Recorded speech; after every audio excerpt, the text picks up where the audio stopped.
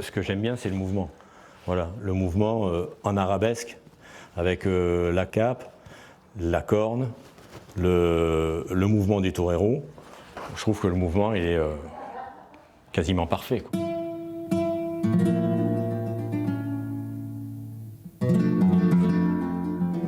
Je vais dans les arènes, je regarde des corridas, je prends des photos et après je sélectionne mes photos.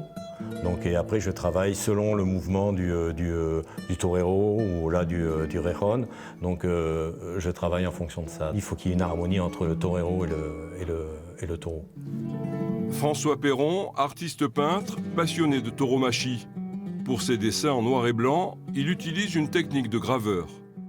Pour marquer les ombres, on part sur une technique de traits croisés pour bien marquer les ronds de bosse, pour bien marquer tous les volumes mettons du cheval.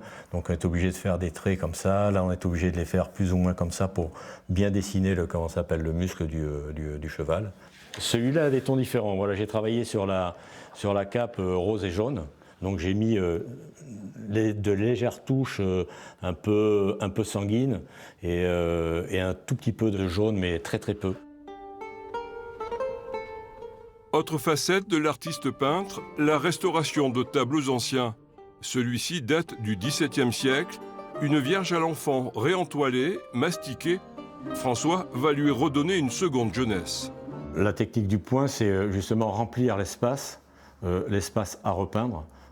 Avec des points, avec des petits points de façon à ce que la restauration se voit pour le prochain restaurateur, mais qui se rapproche le plus près possible du fond d'origine. François se passionne aussi pour la restauration de meubles anciens. Aujourd'hui, il a rendez-vous avec son client pour lui remettre ce guéridon vénitien Napoléon III. Toute cette partie-là, on ne la voyait pas. Ici, il y avait des incrustations de nacre, je les ai entièrement enlevées et j'ai tout mastiqué et recomposé le dessin entièrement. Petit détour par Rodange pour vérifier cette fresque en trompe-l'œil réalisée cet été. Ah oui, elle est isolée. Le bleu, c'est le bleu Majorel et puis le reste, si vous voulez, c'est le jardin Majorel. Enfin, le jardin Majorel. C'est l'inspiration. Dans notre esprit, la référence, c'est ça, c'est le jardin Majorel. Retour à l'atelier pour finaliser ce tableau d'un torero mexicain, El Pana.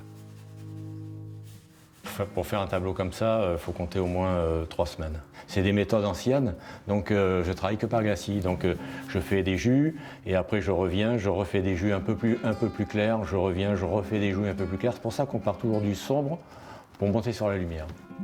François Perron exposera ses œuvres à Luxeuil en Gironde du 9 au 22 juin.